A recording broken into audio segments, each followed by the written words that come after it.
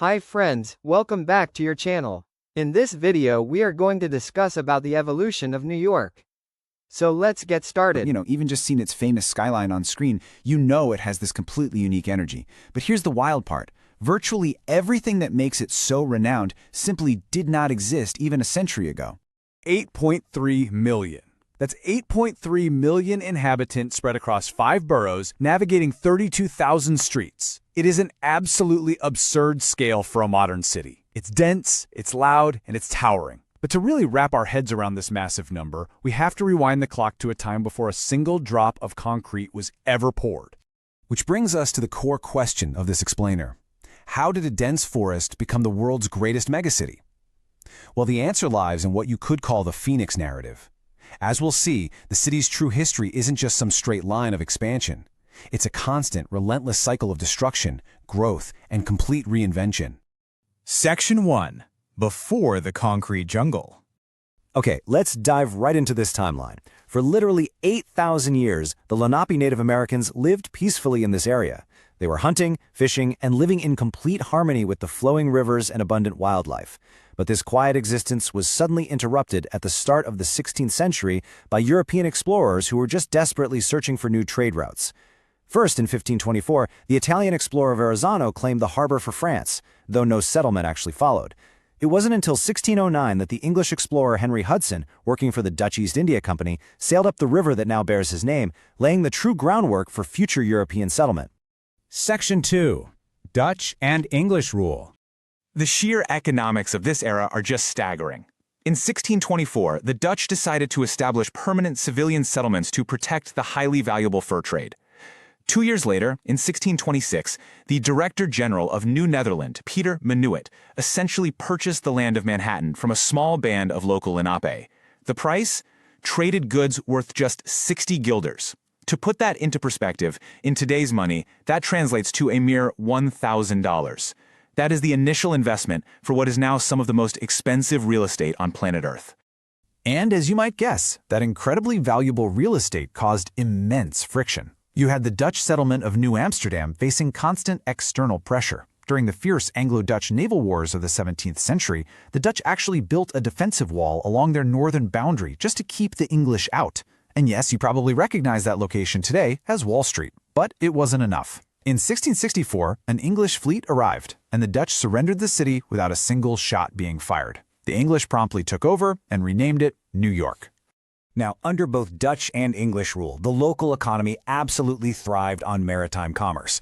And this brings us to a really dark reality of that economic boom. By the 1740s, the institution of slavery was so deeply embedded in New York's port economy that 20% of the city's entire population was enslaved. That was roughly 2,500 individuals, and their forced labor was absolutely fundamental to the early growth of this colonial port. Section 3. Birth of an American city. Let's look at how New York essentially served as the crucible for the American Revolution. In 1765, the Stamp Act Congress met right in the city to unite the colonies against British taxation. When war broke out, New York suffered heavily. George Washington's forces faced a crushing defeat at the Battle of Long Island in 1776, which led to a brutal British occupation that lasted the entire war. But the city survived. By 1783, the British evacuated, and New York was rewarded by becoming the very first national capital. In 1789, George Washington was inaugurated at Federal Hall, which is right on Wall Street. And Wall Street quickly leaned into its role as an economic powerhouse. The real game changer came in 1825 with the completion of the Erie Canal. By linking the Great Lakes all the way down the Hudson River to the Atlantic Ocean, the canal instantly transformed New York into the nation's premier port. It entirely eclipsed rivals like Boston and Philadelphia, and the volume of trade became absolutely unprecedented.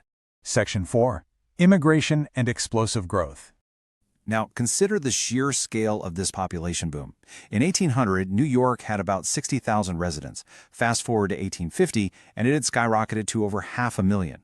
Waves of immigrants fleeing poverty, political upheaval, and persecution in Europe and Asia just flooded into the city. Areas like the Lower East Side were suddenly teeming with newcomers from Ireland, Italy, Eastern Europe, and China, turning the city into an incredibly vibrant, chaotic melting pot. But, explosive growth brings intense friction.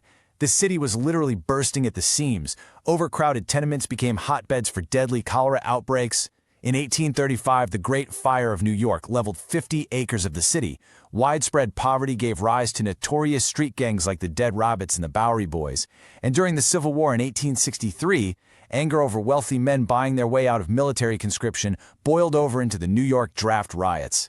That was a 5-day event that remains one of the absolute worst incidents of civil unrest in American history.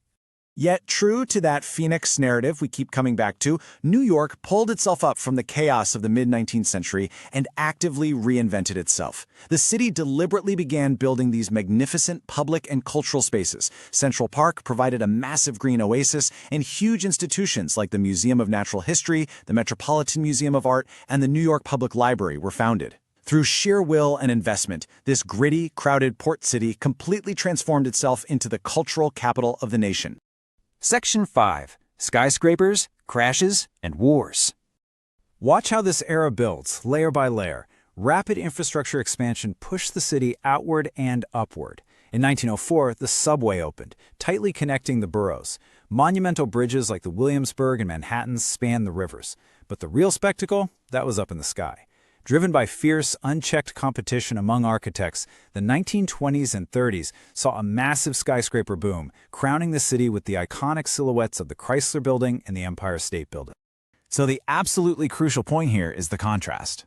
Just as those brilliant skyscrapers were being topped off, celebrating the sheer decadence of the Roaring '20s, the Wall Street crash of 1929 plunged the city into darkness. During the Great Depression, unemployment soared so high that desperate citizens were forced to build shantytowns. These were ironically named Hoovervilles after the president, and they were built right in the middle of places like Central Park. So it was a drop from the peak of architectural triumph straight down to desperate survival.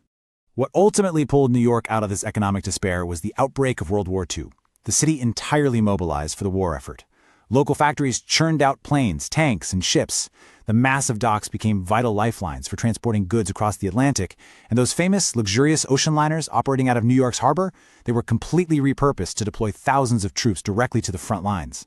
Section 6. The Modern Global Metropolis. Now, while many of the world's other great cities lay in devastating ruins following the Second World War, New York emerged entirely unscathed and dominant. It became the home of the United Nations headquarters in 1952. It aggressively rivaled London in global finance. It took over Paris's role as the center of the global art world. And to cement its new prominence, it built massive glass and steel monuments, culminating in the completion of the World Trade Center in 1973. But as we've learned, New York's story is never just a steady upward climb. By the 1970s, the city faced severe economic deprivation and became notorious for its levels of crime. Yet again, the city did exactly what it always does. It modernized. It tore down the old and it rebuilt, continually pushing through its trials to achieve massive modern rejuvenation. Which brings us to the ultimate takeaway of our explainer today.